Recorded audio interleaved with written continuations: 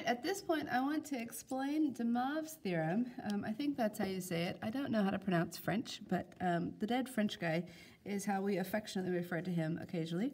And so what this is doing is it's enabling us to take a complex number in polar form and raise it to the nth power. Okay, so if you think about this, we're going to fill this out in just a second. If you think about it, if I were to square something, let's say I had a 2 cis theta, and I wanted to square it. Well, that would be like saying, okay, 2 cis theta times 2 cis theta. Well, 2 times 2 is 4. We remember how we multiply the modulus, and then we add the argument, and so this is cis. Well, theta plus theta is equal to 2 theta.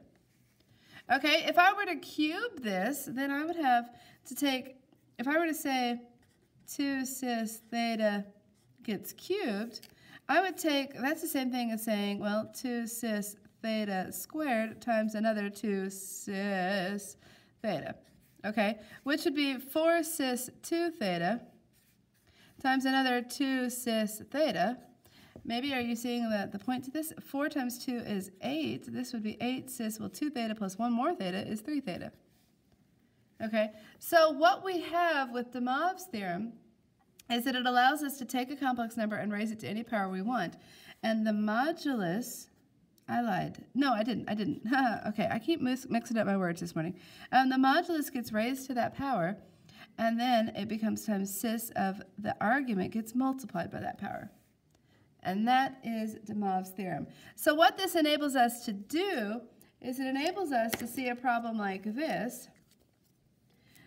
Say root 3 plus I raised to the 8th power. Now, I don't know about you, we have ways to do this. We could FOIL it out 8 times like we did up here.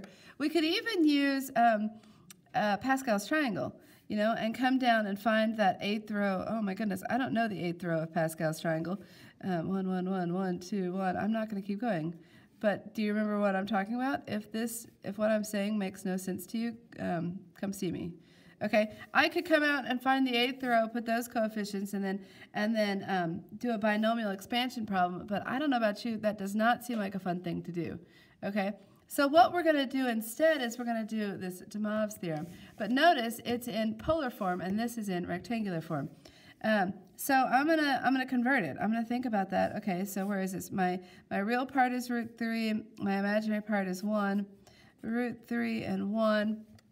Okay, so this is a 1 root 3, 1, 2 root 3 becomes the 30, 60, 90. This is the 30, so that's pi over 6.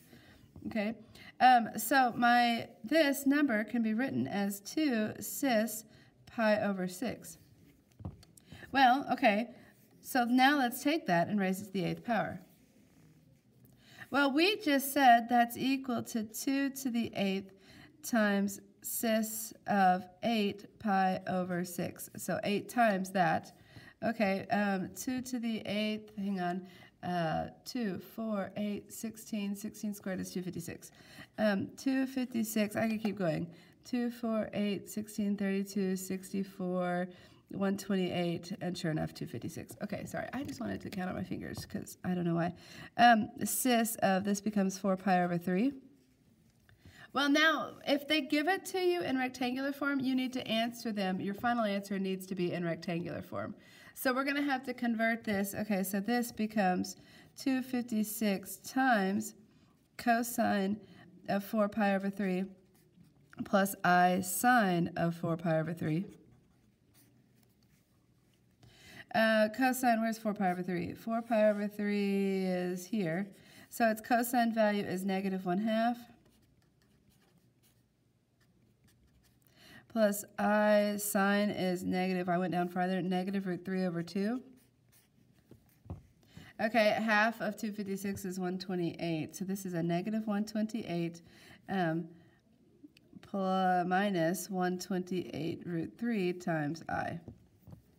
Okay, so they say in the book, hang on, they say to find it in the calculator. I don't know what I've been doing with my calculator. Okay, so if I have, I might need to change the mode. So to set up and put it, into the a plus bi mode right here.